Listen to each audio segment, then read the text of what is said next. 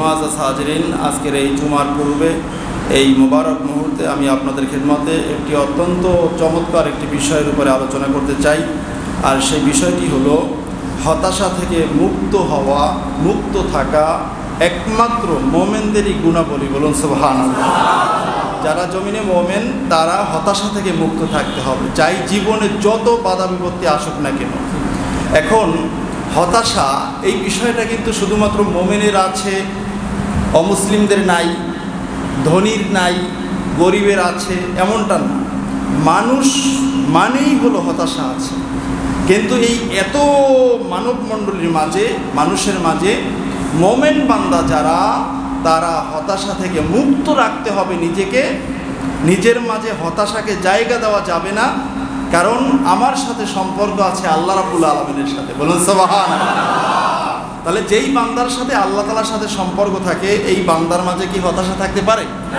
এই জন্য আসুন, বর্তমান যে সময়টা আমরা অতিক্রম করছি, এই সময়টা অত্যন্ত মারাত্মক ভয়াবহ একটি সময় আমরা অতিক্রম করছি। প্রত্যেকটা মানুষ, চাই সে যত বড় পদে চাকরি করুক না কেন, চাই সে যত বড় মোত্তাকি হোক না কেন, চাই সে যে কোনো পর্যায়ের হোক না কেন, কোনো না কোনো হতাশা তার মাঝে কাজ করছে। ঠিক কিনা বলেন? এই জন্য একটু খেয়াল করে শুনতে হবে। আলোচনার বিষয়বস্তুটা হলো একটু জটিল। তার কারণ আপনারা জানেন, ডাক্তার প্রেসক্রিপশন লেখে যে টেনশন ফ্রি, কিন্তু ডাক্তার এই প্রেসক্রিপশন লিখতে গিয়ে ঔষধ যে কয়টা দিছে তার মাঝে ভুল করছে, ডাক্তার নিজে টেনশন করে। এরকম প্রমাণ আমার পরিচিত এমবিবিএস ডাক্তার এরকম আছে। তাহলে যেই লোকে লেখে আবার ধূমপান করতে পারবেন না, উনি কিন্তু আবার আরেক হাতে ওনার সিগারেট ধরা, এরকম আছে না? তা সেই ক্ষেত্রে এই হতাশা বিষয়টাকে নিজের পিছনে ফেলে সামনে অগ্রসর হওয়া, এটা একটু জটিল ব্যাপার। কারণ শয়তান কখনো চায় না মোমেন বান্দার অন্তর থেকে হতাশা দূর হয়ে যাক। তার কারণ হতাশা হলো এমন এক অস্ত্রের নাম, হতাশা হলো এমন এক পাওয়ারের নাম, যেই পাওয়ার, যেই অস্ত্র আপনাকে আল্লাহ বিমুখ করে তুলবে। বলুন নাউযুবিল্লাহ। এজন্য কোনো ক্রমে শয়তান চায় না যে আপনার মাঝ থেকে হতাশাটা দূর হয়ে যাক, দুশ্চিন্তা দূর হয়ে যাক, এটা শয়তান চায় না। ঠিক কিনা বলেন? এজন্য আমরা একটু খেয়াল করে শুনবো, যাতে করে আমরা যে যে পর্যায়ে আছি, আমাদের পরিচয় আমরা মুসলমান। ঠিক কিনা বলেন? এবং আজকের এই পবিত্র মুহূর্তে আমরা আল্লাহ সুবহানাহু ওয়া তাআলার কাছে দোয়া করব, আল্লাহ সুবহানাহু ওয়া তাআলা যাতে করে আমরা যারা বর্তমান পৃথিবীতে মুসলমান রয়েছি, আমাদের প্রত্যেকের অন্তর থেকে হতাশাকে দূর করে আশার বাণী জাগ্রত করে গোটা পৃথিবীব্যাপী ইসলামের কালিমা উড্ডয়ন করার জন্য দুর্বার গতিতে যেন আল্লাহ তাআলা আমাদেরকে সামনে এগিয়ে যাওয়ার তৌফিক দান করেন। বলুন আমিন। আমরা সবাই কি একমত ইনশাআল্লাহ? বন্ধুরা আমার, মনে রাখতে হবে তিনটা জিনিস: আশা, বিশ্বাস, ভালোবাসা। কয়টা বলেন? তিনটা বিষয়: আশা, বিশ্বাস এবং ভালোবাসা। এই তিনটা বিষয় হলো মোমেন বান্দার জীবনের প্রধান বৈশিষ্ট্য। বলুন সুবহানাল্লাহ। একজন মোমেন নিজেকে মোমেন দাবি করবে, তার মাঝে আশা থাকবে না, এটা চলবে না। মোমেন বান্দার মাঝে বিশ্বাস থাকবে না, এটা চলবে না। মোমেন বান্দার মাঝে ভালোবাসা থাকবে না, এটা চলবে না। মোমেন বান্দার মানেই হলো তিন গুণের অধিকারী: আশা, বিশ্বাস এবং ভালোবাসা। মনে রাখতে পারবেন ইনশাআল্লাহ? এখন যেই ব্যক্তি বিশ্বাসী, এই বিশ্বাস এক নম্বরে আল্লাহ, আল্লাহ রাসূলের উপরে, পরকালের উপরে, এমনকি নিজের উপরেও, যেটাকে বলা হয় সেলফ কনফিডেন্স, আত্মবিশ্বাস। আমি পারবো, আমার দ্বারাই হবে, আমি দুর্বল নই, আমাদের বাবা জান্নাতি, আমার পূর্বপুরুষ হলো জান্নাতি, সুতরাং আমিই পারবো, অন্য কেউ পারবে না। ঠিক কিনা বল? এটার নাম হলো বিশ্বাস। বিশ্বাস ছাড়তে নাই। আর এই বিশ্বাসের বলে ফোরাতের তীরে এক ফোঁটা পানি পান নাই, তারপরেও আল্লাহর বিশ্বাস কলিজা থেকে দূর করতে পারে না হারে বাইতে। ঠিক কিনা বল? সেই হিম্মত, সেই বিশ্বাস, সেই সেলফ কনফিডেন্স আজকের এই ১৫০০ বছর পরে এসে আমাদের মাঝে আবার জমায়েত করতে হবে ইনশাআল্লাহ। পারবো না ইনশাআল্লাহ? আল্লাহ সুবহানাহু ওয়া তাআলা তৌফিক দান করুন। বলেন আমিন। বিশ্বাসী, আশাবাদী এবং ভালোবাসায় পরিপূর্ণ মানুষ যদি হয়েই থাকে, এই মানুষটার জীবনে কখনো ব্যর্থতা বলতে কোনো বিষয় আসতে পারে না। বলুন না সুবহানাল্লাহ। বিশ্বাসী, ভালোবাসায় সিক্ত এবং হলো আশা, তার মাঝে বিশাল আশা রয়েছে। এই তিনটা পাওয়ার যার মাঝে থাকবে তার কাছে কখনো ব্যর্থতা স্পর্শ করতে পারবে না। বলুন সুবহানাল্লাহ। দেখেন, মানুষ আমরা অনেক দুর্বল। তাৎক্ষণিকভাবে আমি একটা কিছু পাইলে অনেক খুশি লাগে, আবার হঠাৎ করে কোথাও থেকে আমি যদি একটু লসে পড়ে যাই খুব কষ্ট লাগে। তার মানে হচ্ছে মানুষ, চাই সে মুসলিম হোক চাই সে অমুসলিম হোক, নগদ প্রাপ্তিতে সে খুব বেশি খুশি হয়, আর বাকিটার ক্ষেত্রে সে একটু অসন্তুষ্টি হয়। ঠিক কিনা বলেন? অথচ আমরা মুমিন, আমাদের গোটা বিষয়টাই হলো বাকি। আল্লাহু আকবার। আমাদের কোনো কিছু নগদ নয়, আমাদের সবটা হলো বাকি। জান্নাত, আমাদের পুলসিরাত, আমাদের হাউজে কাউসার, আমাদের হিসাব নিকাশ, আমাদের কবর, আমাদের মৃত্যু, সবগুলো বাকি। ঠিক কিনা বলেন? আর এই প্রত্যেকটা ক্ষেত্রে আমাদেরকে যদি সফলতা অর্জন করতে হয় তাহলে আমাদের এই তিনটা বিষয় লাগবে: আশা, বিশ্বাস এবং ভালোবাসা। বলুন না সুবহানাল্লাহ। ভাইয়ের আমার, তাহলে নগদ প্রাপ্তিতে খুব একেবারে আনন্দে উদ্দোলিত হওয়া আর নগদ লসে একেবারে মনমরা হয়ে যাওয়া, এটা মুমিন বান্দার গুণ নয়। ঠিক কিনা বলেন? এই কারণে জীবনে পাওয়া আর না পাওয়া, একটা জীবনে পাওয়া আর না পাওয়া, এই দুইয়ের নামই হলো জীবন। এই দুইটার সমন্বয় হলো জীবন। আপনি কখনো পাবেন, কখনো পাবেন না। পাবেন না তখন আপনি মন খারাপ করবেন, আপনি হীনমন হয়ে যাবেন, আপনি ভেঙে পড়বেন, শুয়ে পড়বেন। এটা হতে পারে না। তার কারণ আপনি যে অবস্থায় আছেন এটার নাম হলো আপনার জীবন। আর জীবন মানেই হচ্ছে দুইটা বিষয়ের সমন্বয়, একটা হলো পাওয়া আর একটা হলো না পাওয়া। ঠিক কিনা বলেন? তাহলে আমরা যেহেতু মুমিন, এবারে পিছনের আলোচনাটুকুন বুঝে থাকলে বলেন তো যে আমাদের কি বেশি পাওয়া নাকি বেশি না পাওয়া? সবাই বলেন বেশি হলো না পাওয়া। এমনকি দোয়া করতে করতে করতে করতে চোখ থেকে পানির পরিবর্তে রক্ত ঝরে, নাও পেতে পারেন দুনিয়াতে, কিন্তু খুব বিশ্বাস রাখেন, যেহেতু আপনার মাঝে ওই তিনটে গুণ আছে, বিশ্বাস আছে, আল্লাহর উপরে ভালোবাসা আছে, আপনি নিশ্চিত থাকেন যে আপনার এক বিন্দু চোখের পানি, এক মুহূর্তের একটা দোয়া বিফলে যাবে না। সবটা বাকি সামনে আপনি পাবেন। ঠিক কিনা বলেন? ভাইয়ের আমার, এই কথাটা আমার আল্লাহ সুবহানাহু ওয়া তাআলা সূরা বানী ইসরাঈলের ৮৩ নম্বর আয়াতে কারিমে আল্লাহ সুবহানাহু ওয়া তাআলা ইরশাদ করেছেন, ওয়া ইযা আন'আমনা 'আলাল ইনসানি আ'রাদা ওয়া নাআ বিজানিবিহি। আমার আল্লাহ সুবহানাহু ওয়া তাআলা বলেন, যখন আমি মানুষদেরকে আন'আমনা 'আলাল ইনসান, যখন আমি মানুষকে কোনো নিয়ামত দিয়ে থাকি, মানুষের অবস্থাটা হলো আ'রাদা, সে মুখ ফিরিয়ে নেয়, ওয়া নাআ বিজানিবি, এবং আমি রব থেকে সে দূরে সরে যায়। যখনই নিয়ামত পায় সে মুখ ফিরিয়ে নেয় আল্লাহ থেকে, যে আমি তো স্বয়ং সম্পূর্ণ, আমাকে কে ঠেকায়, আমার এগুলো তো আগেই ছিল, যা কিছু আছে আমিই তো অর্জন করছি, এখানে আবার আল্লাহর রহমত কিসের, ইত্যাদি চিন্তা চেতনা শয়তান মাথার ভিতরে এনে দেয়। ঠিক কিনা বলেন? আমার আল্লাহ রাব্বুল আলামিন এই পাওয়া আর না পাওয়া, এই মানব মণ্ডলীর বাস্তব চিত্র এই আয়াতে কারিমার মাঝে ফুটিয়ে তুলছেন, যে যখন আমি তাদেরকে নিয়ামত দিয়ে থাকি, নিয়ামত পাইলে তাদের মাঝে দুইটা গুণ এসে উপস্থিত হয়ে যায়, আ'রাদা ওয়া নাআ বিজানিবি, তারা আমি রব থেকে মুখ ফিরিয়ে নেয় এবং তারা আমি রব থেকে অনেক দূরে সরে যায়। বলুন নাউযুবিল্লাহ। তাহলে এই ধরনের নিয়ামত তো পাওয়ার চেয়ে না পাওয়াই ভালো। ঠিক কিনা বলেন? এই কারণে বন্ধুরা আমার, এই পৃথিবীতে খোদাদ্রোহিতা যারা করেছে বেশিরভাগ মানুষ পাওয়ার পরে করেছে, না পেয়ে করে নাই।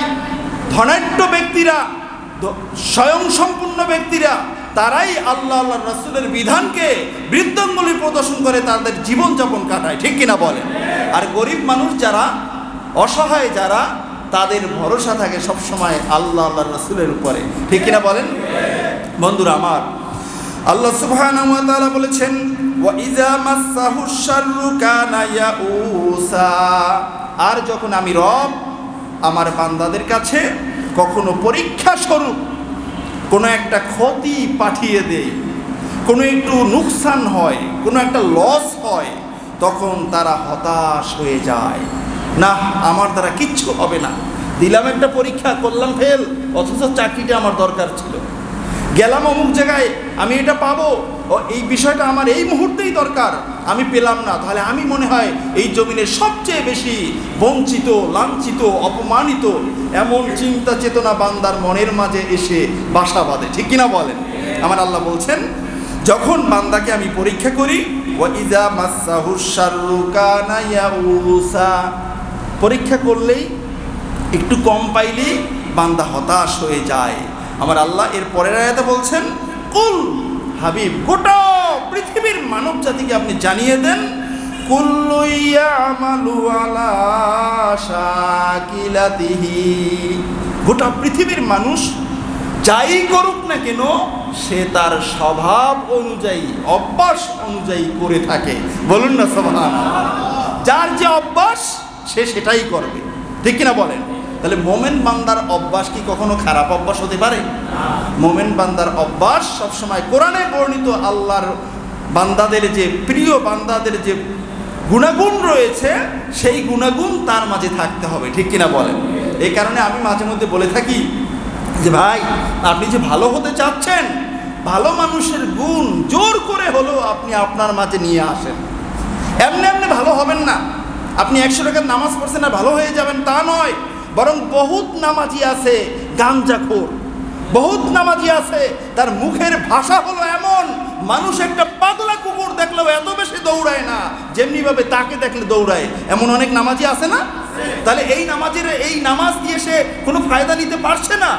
এই জন্য বন্ধুরা আমার, নিজে নামাজি হব, রোজাদার হব, জাকাত দিব, হজ করব, সব কিছু করব। এই জমিনে আমাদের জন্য আল্লাহ সুবহানাহু ওয়া তাআলা যেই বান্দাদেরকে মডেল করেছেন তাদের গুণাগুণগুলো দেখে দেখে, পড়ে পড়ে, বুঝে বুঝে নিজের জীবনের মাঝে জমা করতে হবে। পারবো না ইনশাআল্লাহ আমরা? ভাইয়ের আমার, দেখেন এই পাওয়া আর না পাওয়া এটা দুনিয়ার ক্ষেত্রেও আছে, পরকালের ক্ষেত্রেও আছে, দুইটা ক্ষেত্রে। পরকালে যারা জাহান্নামী তারা কিচ্ছু পায় নাই, দুনিয়াতে যত বড় প্রভাবশালী ছিল কিন্তু তার এই প্রভাব প্রতিপত্তি, তার এই জনবল কোনো কাজে কিয়ামতের ময়দানে আসবে না। এই কারণে সুনান তিরমিজির হাদিসে এসেছে একজন ধনাঢ্য ব্যক্তি গোটা জীবনব্যাপী সে কখনো কোনো কষ্টের মুখ দেখে নাই।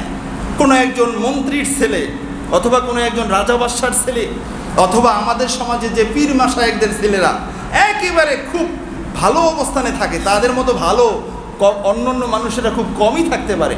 এখন এমন একজন শান্তিপ্রিয় মানুষ, গোটা জীবন ভরে সে শান্তি করেছে, এই মানুষটা যে কোনো কারণে সে জাহান্নামী হয়ে গেছে। জাহান্নামী হওয়ার পরে ওই বান্দাকে একবার জাহান্নামের উপর থেকে ঘুরিয়ে আনা হবে, আনার পরে তাকে জিজ্ঞাসা করা হবে যে বান্দা দুনিয়াতে কি তুমি কোনোদিন শান্তি পেয়েছিলে? বান্দা আল্লাহর সামনে দাঁড়িয়ে অকপটে অস্বীকার করে দিবে যে না আল্লাহ, আমি জীবনে কোনোদিন শান্তির মুখ দেখি নাই। বলুন নাউযুবিল্লাহ। অথচ জীবনে সে কোনোদিন কষ্টের মুখই দেখে নাই। এক মুহূর্তে জাহান্নামের বিভীষিকা ভয়াবহতা দেখে সব সে ভুলে যাবে। তাহলে এই দুনিয়ার 80 বছর জীবনে স্বর্ণের চামচ দিয়ে খাবেন, স্বর্ণের পালঙ্কে শুইবেন, এসি থেকে বের হবেন না, সর্বোচ্চ দামিতে ঘুরবেন, সর্বোচ্চ বিমানে আপনি চড়বেন, কিন্তু পরকালে জাহান্নামী। এই দুনিয়ার শান্তির কোনো দাম আছে বন্ধুরা আমার?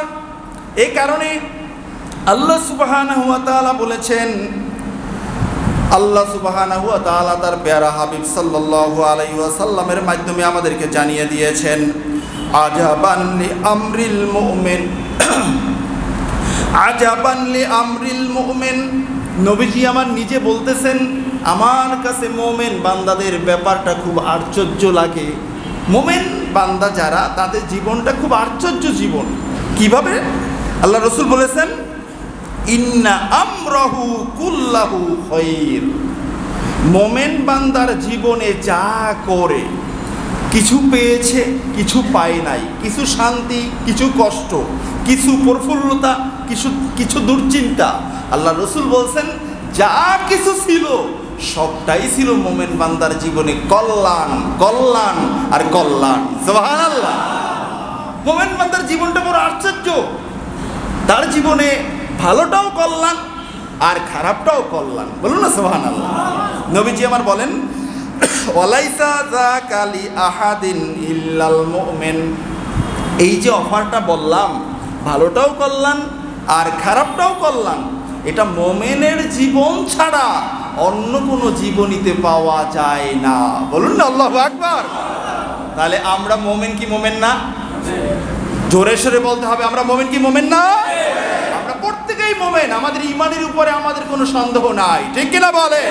সুতরাং আমাদের জীবনে কষ্ট আসুক, শান্তি আসুক, প্রাপ্তি আসুক আর বঞ্চিত হওয়ার কোনো অপশন আসুক, প্রত্যেকটা জিনিস হলো আমাদের জন্য কল্যাণ। বলুন না সুবহানাল্লাহ। তাহলে আমাদের জীবনে কোনো হতাশা থাকতে পারে? আমাদের জীবনে কোনো হতাশা থাকতে পারে? বন্ধুরা আমার, আল্লাহ সুবহানাহু ওয়া তাআলা সূরা ফাতিরের মাঝে বলেছেন মা ইয়াফতাহিল্লাহু লিন-নাসি মির রাহমা ফালা মুমসিকা লাহা।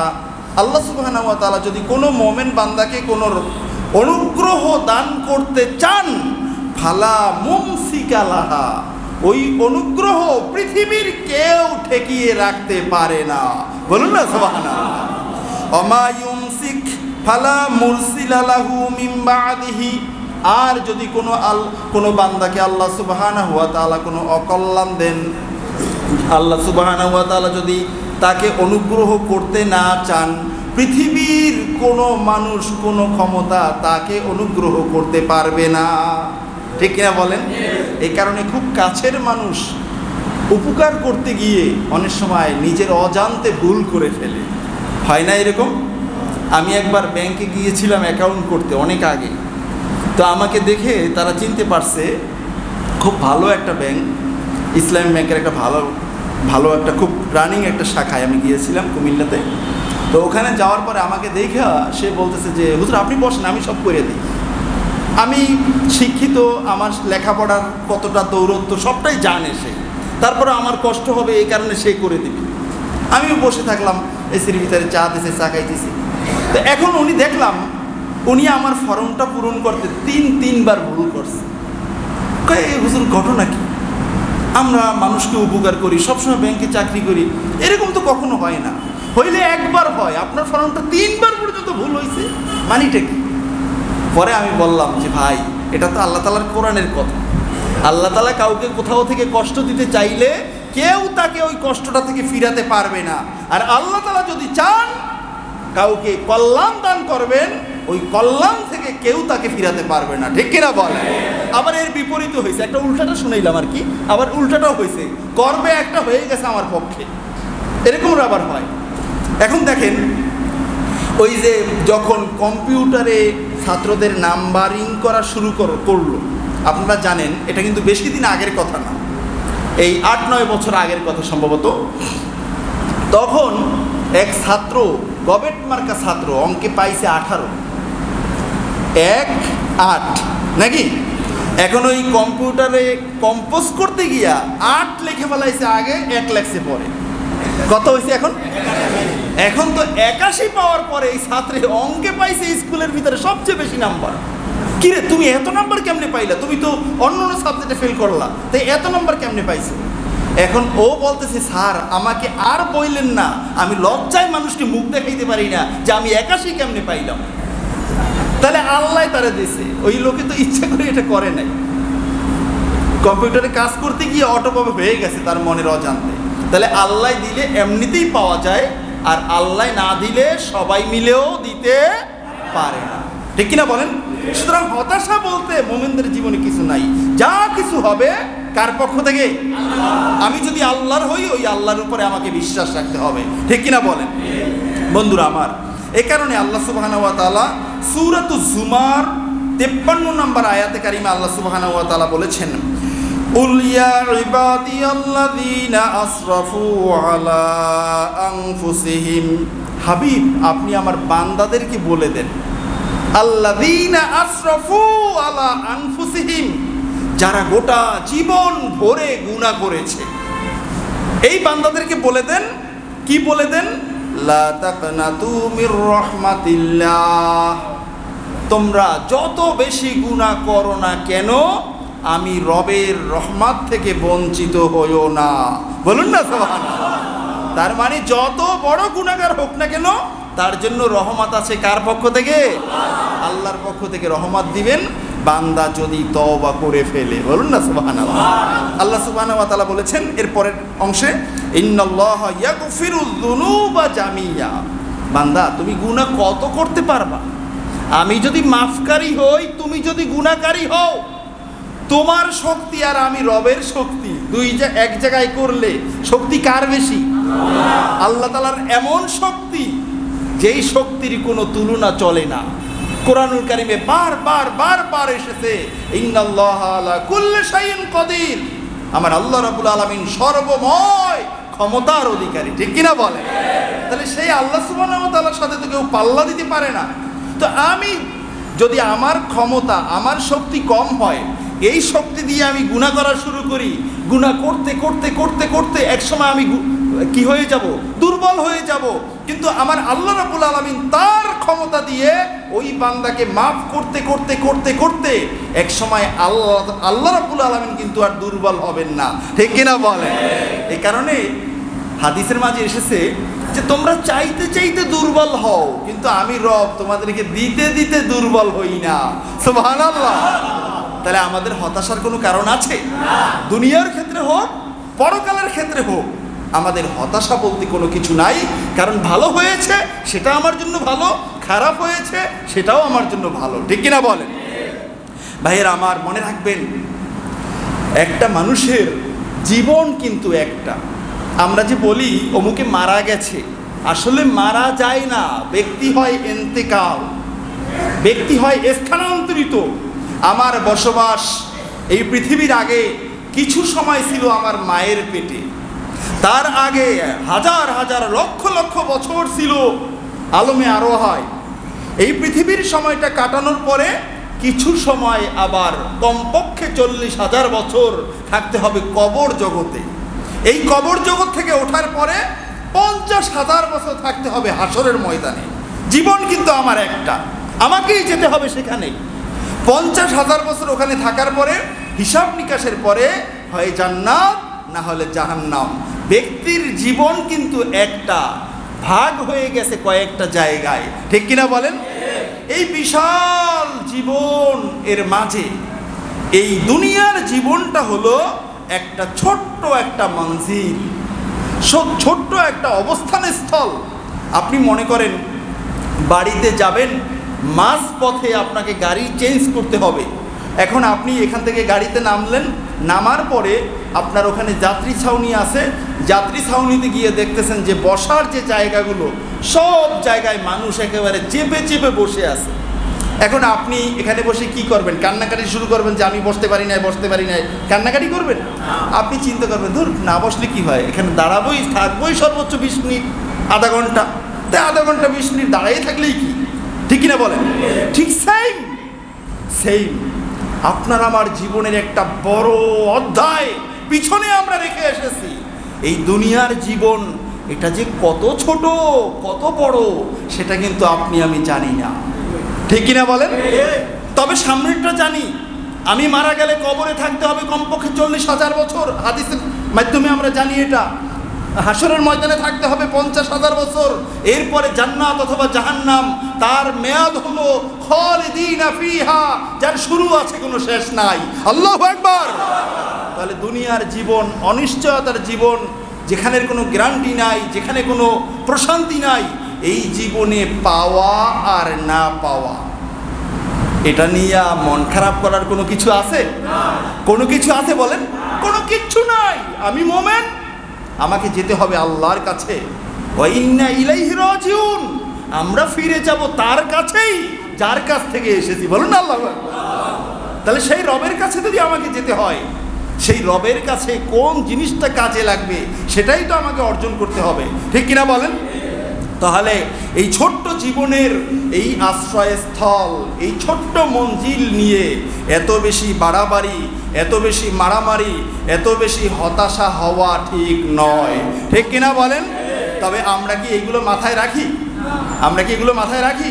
দেখেন, এই যে গত সপ্তাহের সেই রবিবারের ঘটনা, আপনাদের গাজীপুর, ঐতিহ্যবাহী গাজীপুর, সেই পুবাইলের ঘটনা, বেচারা একজন ইমাম, একজন খতিব, সেই মাওলানা মোহাম্মদ রইসউদ্দিনকে নির্মমভাবে পশুর মতো হত্যা করেছে। তাকে যে হত্যা করা হয়েছে, ওই রকম হত্যা জঙ্গলের কোনো পশুরাও করে না। ঠিক কিনা বলে? একজন আলেম, তাকে এত এত নিকৃষ্ট অভিযোগ তার বিরুদ্ধে আনা হয়েছে, মিথ্যা অভিযোগ, যেই অভিযোগের শব্দটা উচ্চারণ করতেও লজ্জা লাগে। ঠিক কিনা বলে? আমরা অকপটে বলতে চাই, আমরা নির্দ্বিধায় বলতে চাই, যেই মানুষেরা এই মাওলানা রইসউদ্দিনকে এরকম পশুর মতো নির্বিঘ্নে নির্মমভাবে হত্যা করেছে, বাংলার জমিনে তাদের বিচার হতেই হবে, জনসম্মুখে হতে হবে। ঠিক কিনা বলে? যদি না হয়, আমরা জানি 17 বছরের জুলুম অত্যাচারকে এই দেশের জনগণ অস্ত্র ছাড়া, লাঠি ছাড়া, ইটপাটকেল ছাড়া শুধুমাত্র হাত নিয়ে গিয়ে 17 বছরের জুলুমের মঞ্চকে ভেঙ্গে চুরমার করে দিয়েছে যারা, তারা কিন্তু এই কয়েক মাসের জুলুমের মঞ্চকেও ভেঙ্গে চুরমার করতে পারবে। ঠিক কিনা বলে? এজন্য যারা এই দেশে 5ই আগস্ট, যারা এই দেশে 36শে জুলাই ঘটিয়েছে, তারা কিন্তু ওই দিনের কথা বলে নাই। আবারও যদি জুলুমের অত্যাচারের স্টিম রোলার চালানো হয়, আবারও একটা আমরা 36শে জুলাই কায়েম করবো ইনশাআল্লাহ। এজন্য প্রশাসন হুঁশিয়ার হয়ে যাও। একটা সময় ছিল প্রশাসনিক লোক খুঁজে পাওয়া যেত না, এখন প্রশাসনিক লোক আছে, তাদের কাছে গিয়ে আমরা জনগণ কোনো আশ্রয় খুঁজে পাই না। ঠিক কিনা বলে? তাহলে আমাদের রক্ত ঝরা টাকা দিয়ে, আমাদের রক্ত ঝরা পয়সা দিয়ে তাদেরকে বেতন দিয়ে কি লাভ হবে? ঠিক কিনা বলে? এজন্য বন্ধুরা আমার, মনে মনে খুশি হইয়েন না যে অমুক দল, অমুকে বেদাতি, অমুকে লামাযহাবি, অমুকে মাযহাবি, অমুকে অমুক তরিকার, এই সমস্ত কথা ভুলে গিয়ে মাওলানা রইসউদ্দিন সে যেই থাকুক না কেন, তার পরিচয় 1 নাম্বার, সে একজন মানুষ। ঠিক কিনা বলে? মানুষ হয়ে মানুষকে এরকম নির্মমভাবে হত্যা করতে পারে না। ঠিক কিনা বলে? এই জন্য বন্ধুরা আমার, দেখেন, একটা লোক খাইতে বসছে, খাওয়ার টাইমে তাকে ডেকে নিয়ে গেছে, পরে খান, আগে কথা শোনেন, নিয়ে তাকে ঘন্টার পর ঘন্টা টর্চার করা হয়েছে, জুতার মালা গলায় দেওয়া হয়েছে, জোর করে স্বীকৃতি দেওয়া হয়েছে, তুমি এইটা করছো বলো। এরপরে তার পক্ষে যদি কেউ সাক্ষী দেয়, সোনার বাংলাদেশ, এই দেশে তার উপরে নাকি আক্রমণ করা হয়, বলো নাউজুবিল্লাহ। এটা দেখার জন্য 36শে জুলাই কায়েম করা হয় নাই, এটা দেখার জন্য আগস্ট বিপ্লব হয় নাই, জালেমদেরকে কবর দেওয়ার জন্য আগস্ট বিপ্লব হয়েছিল। সুতরাং বন্ধুরা আমার, সকল জালেমদেরকে হুঁশিয়ারি দিতে চাই, জীবন আমাদের একটা, যেহেতু আমরা মোমেন, হতাশা বলতে কিছু নাই, জীবন দিয়ে দেব, আবু সাঈদের মতো, মুগ্ধর মতো, বিড়ালের মতো মরব না। বন্ধুরা আমার, এজন্য আমাদের ন্যায্য বিচার আমরা দাবি করি। যদি সেটা না হয়, আবার আরেকদিন আপনার উপরও আসবে। ঠিক কিনা বলেন?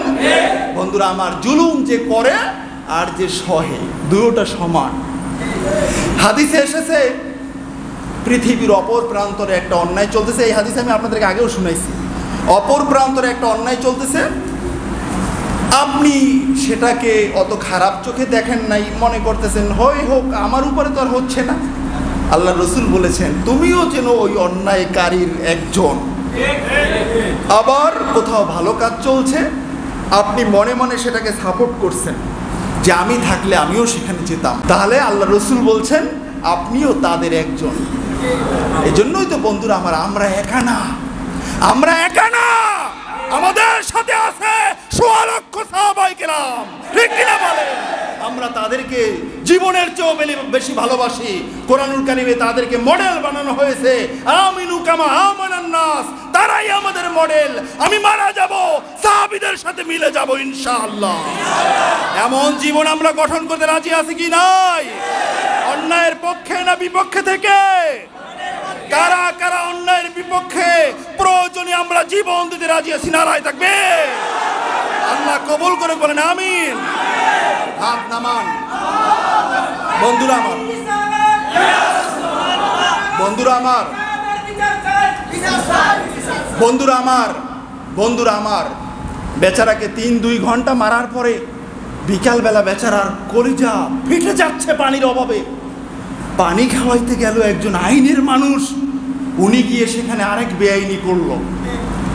আমি বুঝি না এই দেশে এরকম সাহস মানুষের কলিজায় কিভাবে আসে, এটা আমার বুঝে আসে না। সে যাই হোক, সেটা পরের কথা। সে যে অভিযোগগুলো আনা হয়েছে, সেই অভিযোগে যদি অভিযুক্ত হয়, বিচার করবে প্রশাসন। তুমি কে বেটা বিচার করতে? এই মব জাস্টিস যতদিন বন্ধ না হবে, আপনার আমার কল্যাণের কোনো গ্যারান্টি থাকবে না।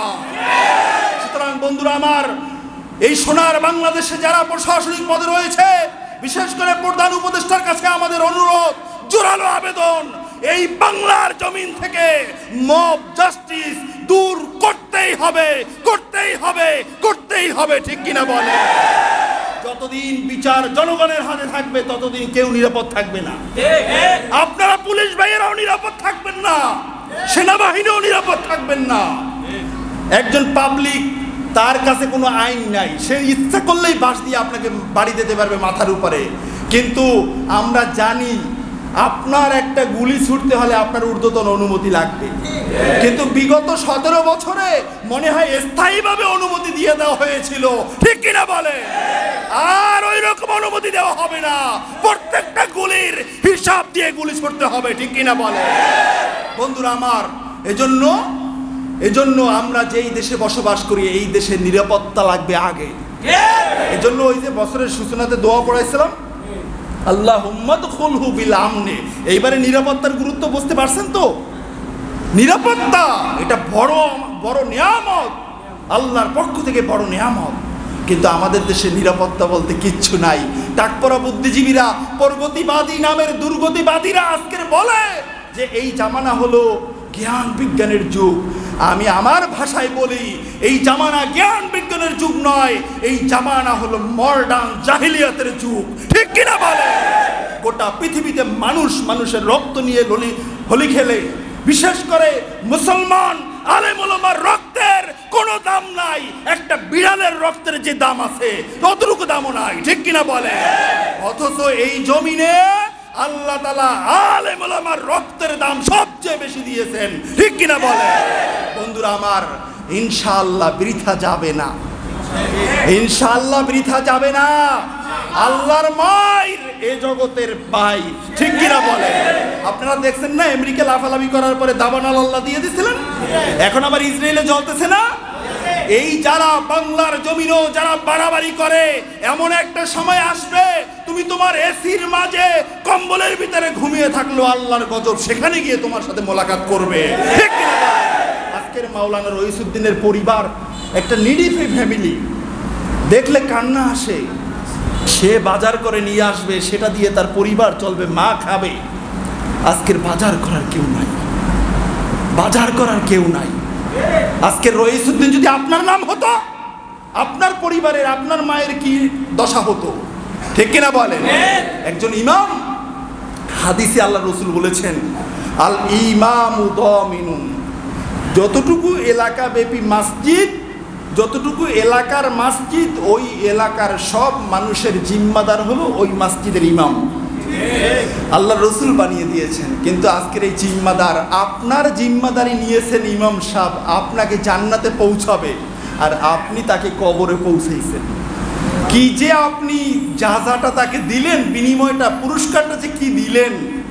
বন্ধুরা আমার, হাদিসে আসছে কিয়ামতের ময়দানে পশু পাখি, গাধা গরু শুকরেরও বিচার হবে।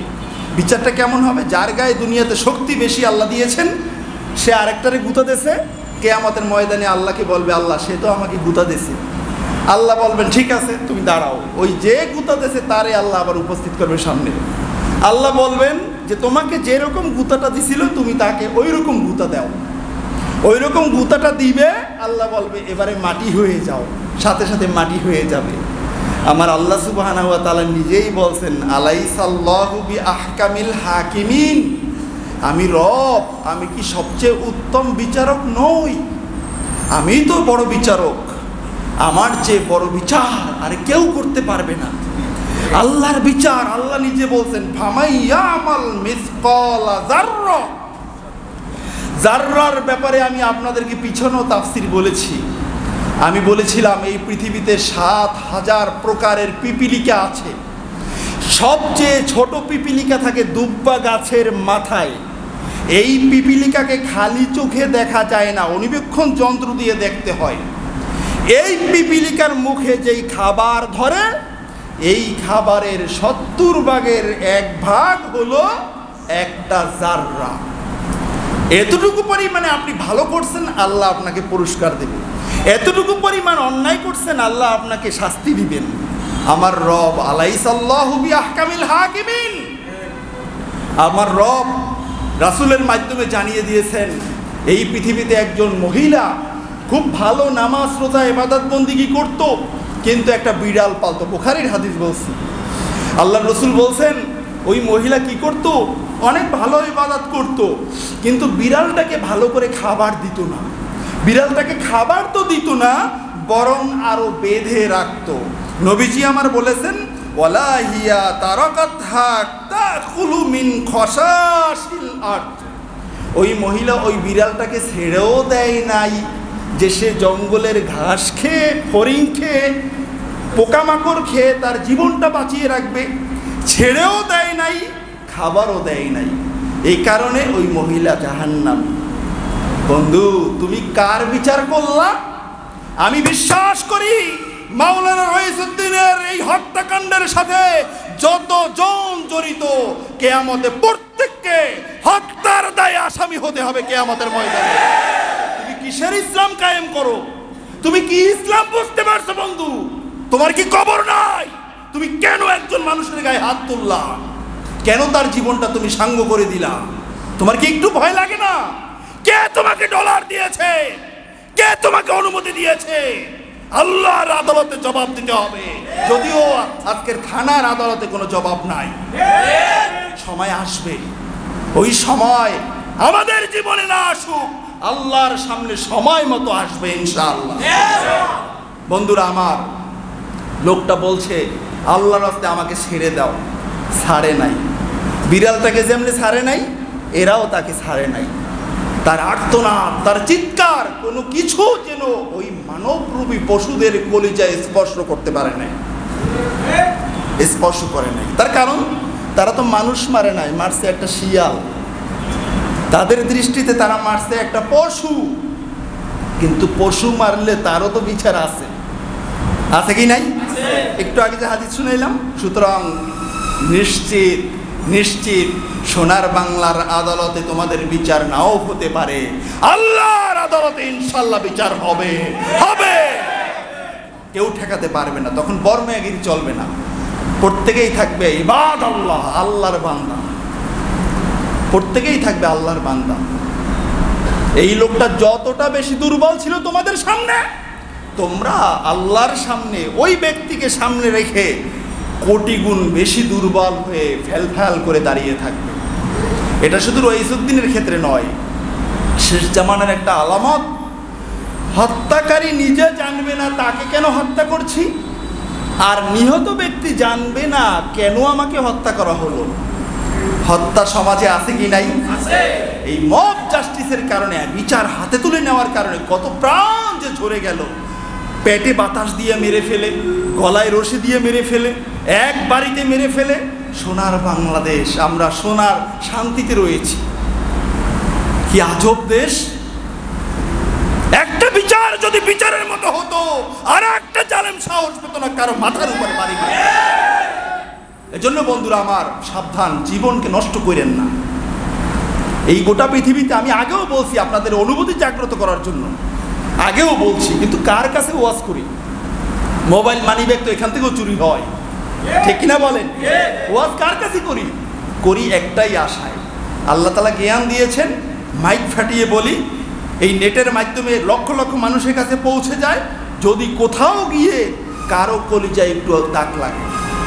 আর এই মসজিদ, এই আলো বাতাস সব কিছু আমার পক্ষে সাক্ষী দেবে ইনশাআল্লাহ।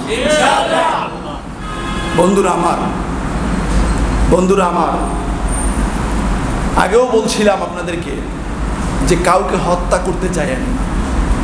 গোটা পৃথিবীতে আজকের 800 কোটি মানুষ, গণনা অনুযায়ী কম বেশি 800 কোটি, এর মাঝে 500 কোটির বেশি তো অমুসলমান। আর আল্লাহ বলছেন আল খলকু ইয়ালুল্লাহ, এই গোটা পৃথিবীটা এটা হলো আমার পরিবার। তাহলে আল্লাহর পরিবারে আশরাফুল মাখলুক বলতে যারা পরিচিত মানুষ আমরা, এটার মাঝে বেশিরভাগই তো অমুসলিম। তাহলে আল্লাহ তাদেরকে খাওয়ান না? আল্লাহ খাওয়ান। আপনার মাযহাবগত দ্বন্দ্ব, আপনার মাসলাকগত দ্বন্দ্ব, এটা নিয়ে তাকে আপনি মেরে ফেলবেন। কই পাইলেন এই নীতি? আল্লাহ তাআলা তো খাওয়াচ্ছেন, 500 কোটিকে, আর বাকি যে 300-250 কোটি মুসলমান, তার ভিতরে আবার 73 দল। নবীজি আমার বলছেন এই 73 দলের মাঝে এক দল শুধু জান্নাতি, আর বাকি 72 দল জাহান্নামী। তাহলে বেশি জান্নাতি না জাহান্নামী? সবাই বলেন বেশি জান্নাতি না জাহান্নামী? সবাইকে আল্লাহ খাওয়ান কি খাওয়ান না? বাহ্যিকভাবে দেখি যারা জাহান্নামী তাদেরকে আরো বেশি খাওয়ান। তাহলে আপনি মারতে কে? আমার আল্লাহ যদি তাদেরকে ছাড় দেন, আপনি তাদের উপরে অস্ত্র ধরতে কে? সেই ক্ষেত্রে যাকে আপনি মারছেন, আপনার পরিচয় মুসলমান, যাকে মারছেন সেও মুসলমান। আল্লাহ রসুল বলেছেন একজন ব্যক্তিকে যদি কেউ অন্যায়ভাবে হত্যা করে, ওই হত্যা করার ক্ষেত্রে গোটা পৃথিবীবাসী যদি জড়িত হয়, আমি আল্লাহ গোটা পৃথিবীবাসীকে জাহান্নামে দিতে পরোয়া করি না। গোটা পৃথিবীবাসীকে আল্লাহ জাহান্নামে দিবে। তুমি আমার এই একজন বান্দাকে মারলা কেন? আমি তো জীবনদাতা, আমি মৃত্যুদাতা, তুমি মারলা কেন? কত শক্ত কথা, আপনি চিন্তা করছেন? কি তওবা, কি তওবা! অবাক লাগে আমার, এত চিন্তা চেতনা। পহেলা বৈশাখ, 1st নাইট, অমুক তমুক সব চলে। মুসলমানদের কণ্ঠকে রোধ করার জন্য একদল মুসলিম নামের কলঙ্ক ইহুদি নাসারাদের এজেন্ট, তারা মুসলমানদের মুখ কণ্ঠ চেপে ধরে। ঠিক কিনা বলে? এর মানে রাত যত গভীর হয়, সূর্যটা পশ্চিম আকাশে তত ঘনীভূত হয় পূর্ব আকাশে। ঠিক কিনা বলেন? ইনশাআল্লাহ প্রভাতের আলো চলে আসতেছে। ঠিক কিনা বলেন? আজকের ভারতে দেখেন কি কৌশল, ওনাদের হাতে সব কলা কৌশল, শুধু গুটি চালে। আমেরিকার হাতে কলা কৌশল, গুটি চালে। ইসরায়েলের হাতে কলা কৌশল, শুধু গুটি চালে। কিন্তু আল্লাহর মায়ের বলতে একটা আছে কি নাই? সেটা আজ সামনে আসবে কি আসবে না? এটা যে আসবে এটা তারাও জানে। কিন্তু ওই যে ইজম, আমি ছোট হব কেন, আমি ছোট হব কেন, আমি তো বড়, এই বর্মেয়াগিরি আল্লাহর সামনে আর চলবে না। ঠিক কিনা বলে? আল্লাহ সুবহানাহু ওয়া তাআলা আমাদের সোনার বাংলাদেশকে আল্লাহ তাআলা যেন সবাইকে নিরাপত্তার সাথে থাকার সুযোগ করে দেন। বলুন আমিন। বন্ধুরা আমার, হতাশা নিয়ে কথা বলছিলাম, অনেক কথা দেখছেন এখানে, বিশাল নোট করে আমি নিয়ে আসছি, প্রায় 4 ঘন্টা আলোচনা করা যাবে। এটা আমার একটা মাহফিলের আলোচনা ছিল, তো আমি এখান থেকে আপনাদেরকে কিছু কথা বলে শুধুমাত্র আশা সঞ্চার করার জন্য নিয়ে আসছি। তাহলে আপনার আমার পরিচয়, আমি একজন মানুষ, এবং মানুষ যেন তেন মানুষ না, আমি একজন মোমেন। ঠিক কিনা বলেন? আর মোমেনের জীবনে পাওয়া আর না পাওয়া নিয়ে কোনো দুঃখ, যন্ত্রণা, হতাশা, কষ্ট বলতে কোনো কিছু থাকতে পারে না। এই বিশ্বাসটা কি বুকের ভিতরে জমা করতে পারছেন ইনশাআল্লাহ? এটা আজীবন মনে থাকবে তো ইনশাআল্লাহ? এ পর্যায়ে তাহলে আমি আপনাদেরকে একখানা দৃষ্টান্ত উপস্থাপন করতে চাই, যেই দৃষ্টান্তটা যেমন তেমন কোনো মানুষের দৃষ্টান্ত নয়। হতাশা আপনি করতে পারবেন না যত বড় বিপদ আসুক না কেন, কারণ আপনি মোমেন। এজন্য আমি যে দৃষ্টান্তটা নিয়ে আসছি, এই দৃষ্টান্তটা একজন সাহাবীর দৃষ্টান্ত। বলুন না সুবহানাল্লাহ। সাহাবীরা আমাদের মডেল না? নাকি এই কথা বললে আপনাদের কলিজায় লাগে? যদি লাগে তাহলে বুঝবেন ওই 73 দলের 72 দলে আপনি আছেন। পরিচয়টা বলে দেব, খারিজি। সাহাবীদের বিদ্বেষ যারা করে, গালিগালাজ যারা করে, তারা খারিজি। আল্লাহর রাসূলের এক বর্ণনা এসেছে, হাদিসে এসেছে, খারিজিরা হলো জাহান্নামের কুকুর। সুতরাং সাহাবীদের সমালোচনা করা যাবে না, যারা করে তাদের সাথে সম্পর্ক রাখা যাবে না। আমার নবীজির ফতোয়া, তারা যদি মারা যায় তাদের জানাজায় যাওয়া যাবে না। পাড়া প্রতিবেশী যদি হয় অসুস্থ হয়ে বিছানার সাথে লেগে যাচ্ছে, পড়ে আছে মাসের পর মাস, আপনি মুসলমান আহলুস সুন্নাহ ওয়াল জামা, আপনি তার খেদমত করতে যেতে পারবেন না। যদিও একটা অমুসলিমের খেদমত আপনি করতে পারবেন, সে একজন মানুষ সে হিসাবে। কিন্তু যারা আল্লাহর রাসূলের সাহাবাদেরকে গালি দিয়েছেন, তাদের খেদমত আপনি করতে যেতে পারবেন না যদি আপনি আল্লাহর রাসূলের উম্মত হন।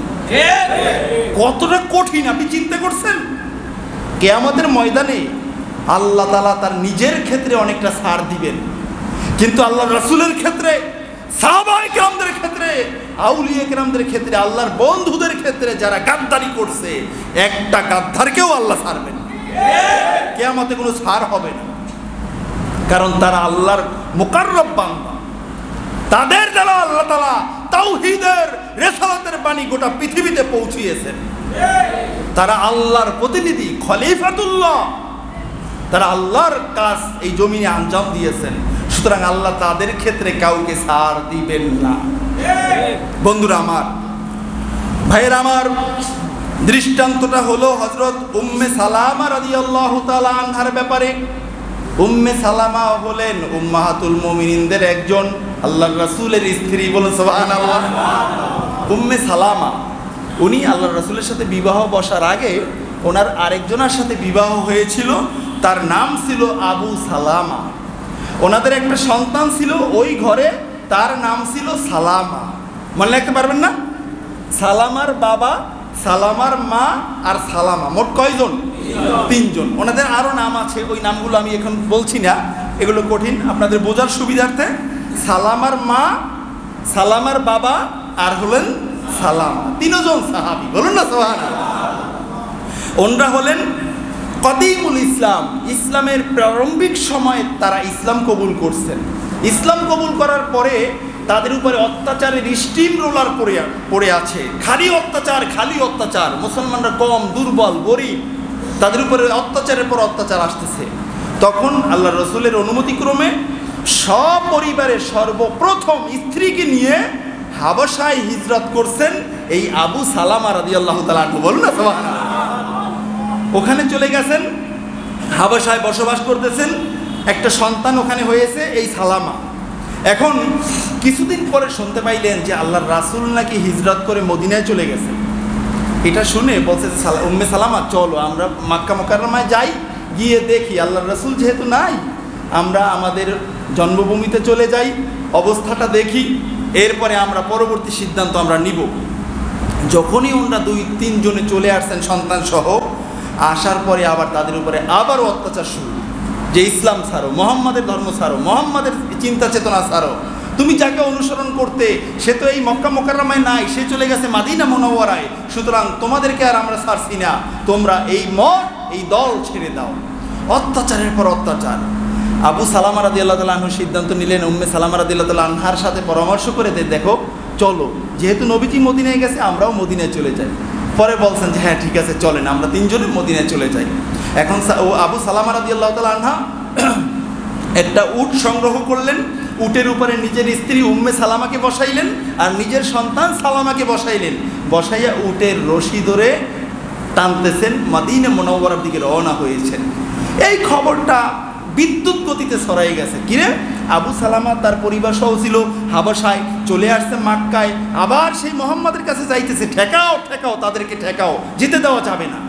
তো গিয়ে কি করলো উম্মে সালামার গোত্রের মানুষেরা আবু সালামার হাত থেকে উটের রশিটা টাইনে নিয়ে গেছে।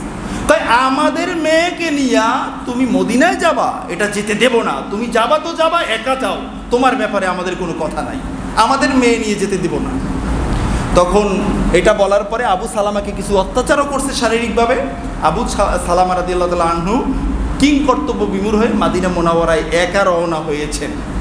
এখন এখানে আছেন কয়জন? দুইজন, উম্মে সালামা এবং সালামা।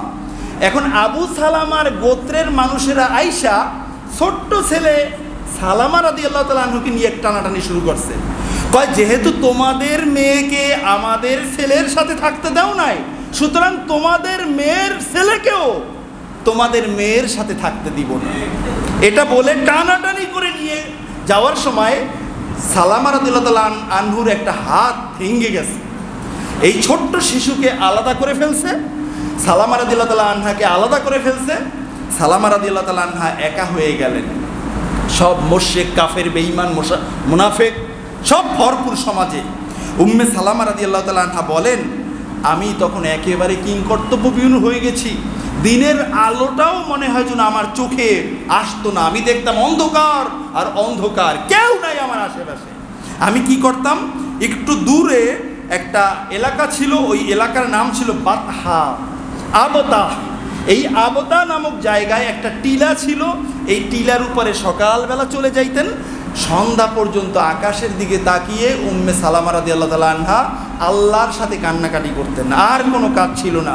গোটা রৌদ্রটা তার পিঠের উপর দিয়ে যাইতো, কখন সূর্য উঠত, কখন অস্তমিত হইতো উনি অনুভবও করতে পারতেন না। স্বামী চলে গেছে, সন্তানটা ছিনিয়ে নেওয়া হয়েছে, আমি ইসলামের উপরে কিভাবে থাকবো, আমি মহিলা মানুষ, আমার কি উপায় হবে, আল্লাহ আপনি আমার উপরে রহমত করেন, এই চিন্তা করে করে শুধু কান্না করছেন। উম্মে সালামা রাদিয়াল্লাহু তাআলা আনহা বলেন, আমার কাজটাই ছিল শুধুমাত্র কান্না করা। আমার কোনো হাসি ছিল না, কোনো খাওয়া ছিল না, কোনো ঘুম ছিল না, শুধু কান্না করতাম আর কান্না করতাম। এখন ওই উম্মে সালামার গোত্রের একজন নেতৃস্থানীয় ব্যক্তি এই অবস্থা দেখা গিয়া তার গোত্রের মানুষকে চরম বকা দিয়েছে। তোমরা কি কোনো মানুষ? একটা মহিলা, তাকে তার স্বামী থেকে ছাড়াইয়ে রাখছো, তার সন্তানটাকে তার থেকে দূরে রাখছো, সে শুধু পাহাড়ের উপরে গিয়ে কান্না করে, তোমরা তাকে এনে তার স্বামীর কাছে পাঠাইয়ে দাও। এই কথা বলার সাথে সাথে তাদের কলিজার মাঝে একটু প্রশান্তি আসছে। তাকে ডেকে বল, ঠিক আছে উম্মে সালামা, তুমি যাবা, তাহলে চলে যাও, তুমি তোমার স্বামীর কাছে চলে যাও। যখন স্বামীর কাছে যাওয়ার অনুমতি দিয়েছে, ওদিক থেকে সন্তানটাও আবার কোলে দিয়ে গেছে। যেহেতু আমাদের ছেলের কাছে চলে যাও, তাহলে নেও, তোমার ছেলে নিয়ে তুমি মদিনায় চলে যাও। বলুন না সুবহানাল্লাহ। মদিনা শরীফে চলে যাওয়া অনেক বড় ইতিহাস, বিশাল করুণ ইতিহাস। আমি যখন এটা নোট করছিলাম তখন আমার চোখ থেকে টপ টপ করে পানি ঝরছিল। বন্ধুরা আমার, উম্মে সালামা রাদিয়াল্লাহু তাআলা আনহা মদিনা মুনাওয়ারায় চলে গেলেন, স্বামীর সাথে এক হইলেন। এই যাওয়ার পথে চমৎকার ঘটনা আছে, আমি এখন বলবো না। তো এখন ওখানে যাওয়ার পরে স্বামীর সাথে বেশি দিন থাকতে পারেন নাই। ওহুদের ময়দানে, ওহুদের যুদ্ধে স্বামী ক্ষত হয়েছিলেন। ওই ক্ষতর কারণে কয়েকদিনের ভিতরে স্বামী আবু সালামা শাহাদাত বরণ করেছেন। তখন এই উম্মে সালামা রাদিয়াল্লাহু তাআলা আনহাকে বিবাহের প্রস্তাব পাঠাইছেন আবু বকর সিদ্দিক রাদিয়াল্লাহু তাআলা আনহু, যে দেখো উম্মে সালামা একা একা একটা মহিলা মানুষ, ছোট্ট একটা ছেলে নিয়ে আসে, তাকে বলো যদি সে রাজি থাকে আমি আবু বকর তাকে বিবাহ করব। বলুন না সুবহানাল্লাহ। ওই উম্মে সালামা এটাকে নাকচ করে দিলেন যে না, আমি বিবাহ বসবো না। এরপরে ওমর রাদিয়াল্লাহু তাআলা আনহু প্রস্তাব দিলেন, ওমর রাদিয়াল্লাহু তাআলা আনহুর প্রস্তাবকেও নাকচ করলেন যে না, আমি বিবাহ বসবো না। আল্লাহর নির্দেশে রহমাতুল লিল আলামিন ওমর রাদিয়াল্লাহু তাআলা আনহুকে ডেকে বললেন, ওমর, আল্লাহর নির্দেশ পেয়েছি আমি, তুমি চলে যাও উম্মে সালামার কাছে, আমার পক্ষ থেকে তাকে বিবাহের প্রস্তাব দিয়ে আসো। বলুন না সুবহানাল্লাহ। এখন উম্মে সালামার কাছে যখন এই কথা বললেন, উনি বললেন যে না, আমি আল্লাহর রাসূলের সাথেও বিবাহ বসবো না। বলুন না আল্লাহু আকবার। তখন আল্লাহর রাসূল জিজ্ঞাসা করলেন, কেন বিবাহ বসবে না? পরে বললেন যে ইয়া রাসূলুল্লাহ, ইয়া হাবিবাল্লাহ, কয়েকটা কারণ উপস্থাপন করছেন উল্লেখযোগ্য, যেগুলো এক নাম্বার বললেন, ইয়া রাসূলুল্লাহ, আমি বৃদ্ধ মহিলা, আমি বুড়া হয়ে গেছি, আমি বৃদ্ধা, আমাকে বিবাহ করলে কি হবে, আমি এ কারণে আপনাকে কষ্ট দিতে আমি যাব না। আল্লাহ রাসূল বললেন, আর কি? পরে বলতেছেন, ইয়া রাসূলুল্লাহ, দেখেন আমার সাথে একটা ছোট্ট ছেলে আছে, আমি তাকে কোথায় রেখে যাব? আল্লাহ রাসূল বললেন, আর কি? বললেন যে ইয়া রাসূলুল্লাহ, এখানে আমাকে বিবাহ করবেন, আমার গার্ডিয়ান বলতে কেউ নাই, আমাকে বিবাহ করবেন, কে বিবাহ দিবে, কে অনুষ্ঠান করবে, কে আপনার আত্মীয় স্বজন হবে, কেউই তো নাই, সুতরাং আমি আপনার সাথে বিবাহ বসবো না। তখন রাসূলুল্লাহ সাল্লাল্লাহু আলাইহি ওয়াসাল্লাম বললেন যে উম্মে সালামা, তোমার এই সব সমস্যাগুলোর সমাধান আমি মেনে নিলাম, আল্লাহর নির্দেশ, তুমি আমার সাথে বিবাহ বসবে। বলুন না সুবহানাল্লাহ। তখন উম্মে সালামা রাদিয়াল্লাহু তাআলা আনহা রাসূলুল্লাহ সাল্লাল্লাহু আলাইহি ওয়াসাল্লামের সাথে বৈবাহিক বন্ধনে আবদ্ধ হলেন। তার আগে, স্বামী ইন্তেকালের আগে একদিন বলতেছেন আবু সালামাকে, এই উম্মে সালামা, তো শোনো শোনো স্বামী আমার, আমি হাদিসে পেয়েছি স্বামী যদি আগে মারা যায়, স্বামী যদি জান্নাতি হয়, তার স্ত্রী যদি ধৈর্য ধারণ করে, কিয়ামতের ময়দানে আল্লাহ ওই স্ত্রীকে স্বামীর সাথে জান্নাতি বানিয়ে দেবে। তার বিপরীতে স্ত্রী যদি আগে মারা যায়, সে যদি জান্নাতি হয়, স্বামী যদি ধৈর্য ধারণ করে, তাহলে ওই স্বামীকে কিয়ামতের ময়দানে ওই স্ত্রীর সাথে জান্নাতি বানিয়ে দেবে। সুতরাং আসো আসো, আমরা দুইজনে মিলে প্রতিজ্ঞা করি, তুমি যদি আগে মারা যাও তুমি আর বিবাহ করবে না, আমি যদি আগে মারা যাই আমি আর বিবাহ করব না। বলুন না সুবহানাল্লাহ। স্বামীকে কতটা পছন্দ করেন দেখেন। তখন আবু সালামা রাদিয়াল্লাহু তাআলা আনহা বলেন, না উম্মে সালামা, তোমার এই সিদ্ধান্ত ভুল, বরং আমি আল্লাহর কাছে দোয়া করি যে আল্লাহ, আমি আবু সালামা যদি মারা যাই, আমার স্ত্রী উম্মে সালামার জন্য আমার চেয়েও উত্তম কোনো পুরুষ আপনি ব্যবস্থা করে দিয়েন। বলুন না সুবহানাল্লাহ। তখন এইটা শুই না উম্মে সালামা বলেন, দেখেন স্বামী গো আমার, আপনার চেয়ে ভালো পুরুষ এই পৃথিবীতে আর কে হতে পারে? আপনি সবচেয়ে ভালো পুরুষ, আপনার চেয়ে ভালো পুরুষও পাবো না, আর আমি উম্মে সালামা বিবাহও বসবো না। বলুন না সুবহানাল্লাহ। তখন আবু সালামা রাদিয়াল্লাহু তাআলা আনহা একটা দোয়া শিখিয়ে দিয়েছেন।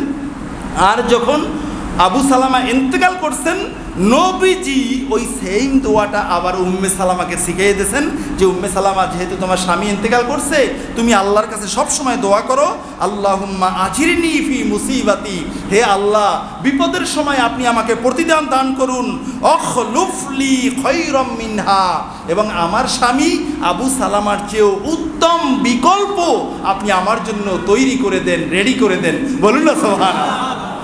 যখন আল্লাহ রসুলের সাথে বিবাহ হয়েছে, উম্মে সালামা মুস্কি হাসি দিয়ে বলতেছেন যে সত্যি সত্যি আমার দোয়াটা আমার রব কবুল করে নিয়েছেন 100-তে 100, কারণ আমার স্বামী আবু সালামা সে ছিল আল্লাহর রসুলের উম্মত, আর আজকের আমার আল্লাহ দয়া করে সেই রাসূলের স্ত্রী আমাকে বানাইয়া দিয়েছেন। আল্লাহু আকবার। কথা হলো হতাশা হন নাই, আল্লাহর উপরে ধৈর্য ধরছেন, আল্লাহ তাআলা উত্তম পুরস্কার পৃথিবীতেই দান করছেন। বলুন না সুবহানাল্লাহ। তাহলে এখান থেকে কি আমরা আমাদের জীবনের সকল হতাশা, চিন্তা, চেতনা, দুরবস্থাকে ভুলে গিয়ে আল্লাহর উপরে তাওয়াক্কুল করতে পারি কি পারি না? আজকের এই ঘটনা শুনলাম, আমাদের মা উম্মত জননী উম্মে সালামা, আল্লাহ সুবহানাহু ওয়া তাআলা যেন আমাদেরকেও আমাদের মায়ের মতো ধৈর্য ধরার তৌফিক দান করেন। বলুন আমিন। এবং কিয়ামতের ময়দানে আম্মা জানের সুপারিশ, আজকের আমরা যারা হাজার হাজার মুসাল্লিরা এই ঘটনা শুনলাম, আল্লাহ তাআলা যেন কিয়ামতের ময়দানে আম্মা জানের সুপারিশ আমাদের জন্য মঞ্জুর করে নেন। বলুন আমিন।